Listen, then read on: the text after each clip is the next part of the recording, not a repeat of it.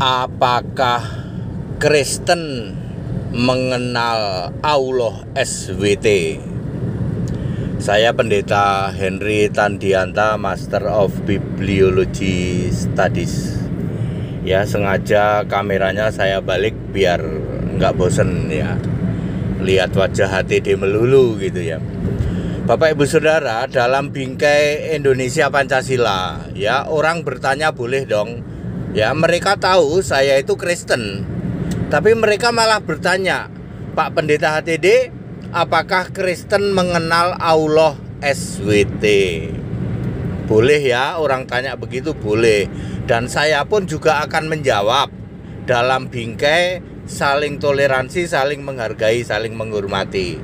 Ya, Allah SWT itu sebenarnya apa sih? S itu apa? Subhanahu. W itu apa? Wa.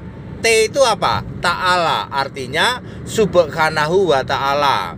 Bahasa Indonesianya Allah Maha Suci, Maha Tinggi. Bahasa Inggrisnya Holy God and Highest God.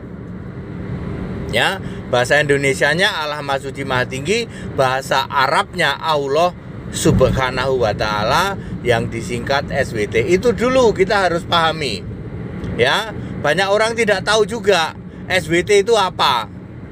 Ya, bagi Anda yang belum tahu, SWT artinya Subhanahu wa ta'ala. Ya, bahasa Inggrisnya adalah The Holy God and Highest God. Ya. Oke, apakah Kristen mengenal Allah SWT? Saya jawabnya harus pakai ayat. Ya, Yesaya 57 ayat 15. Yahweh Tuhan huruf besar semua adalah Allah yang Maha Tinggi atau Ta'ala, Maha Kudus atau Maha Suci Subhanahu, dan Allah Maha Mulia. Loh, kok sama, Pak? Ya, Yahweh adalah Allah Maha Suci, Maha Tinggi, kok sama, Pak? Baca selanjutnya, itu yang merupakan pembeda. Apa kalimat selanjutnya? Aku bersemayam di tempat yang kudus dan tinggi. Jadi Allah SWT-nya Kristen, Yesaya 57 ayat 15 spesifik punya nama aku. Siapakah aku? Semua kata aku di Alkitab, A-nya huruf besar, K dan U-nya huruf kecil adalah Yesus. Wahyu 22 ayat 16, aku Yesus. Jadi Allah SWT Kristen itu punya nama Yesus Kristus. Bedanya di situ. Ya, sedangkan Allah SWT di luar Kristen, silahkan Anda imani. Tapi kalau Anda tanya, apakah Kristen mengenal Allah SWT? Oh iya dong, Yesaya itu 500 tahun sebelum Masehi sudah menulis Allah Subhanahu wa ta'ala itu aku Yahweh. Yahweh itu Yesus. Clear? Untuk mengcross check lagi Allahu Akbar, karena Allah SWT pasti Allahu Akbar. Titus 2 ayat 13. Allahu Akbar itu Isa Al-Masih, Yesus Kristus. Untuk menguatkan lagi Allah Maha Kuasa, pasti dong. Ya pasti Maha Kuasa. Wahyu 1 ayat 8. Yang Maha Kuasa itu Yesus Kristus. Jadi very clear.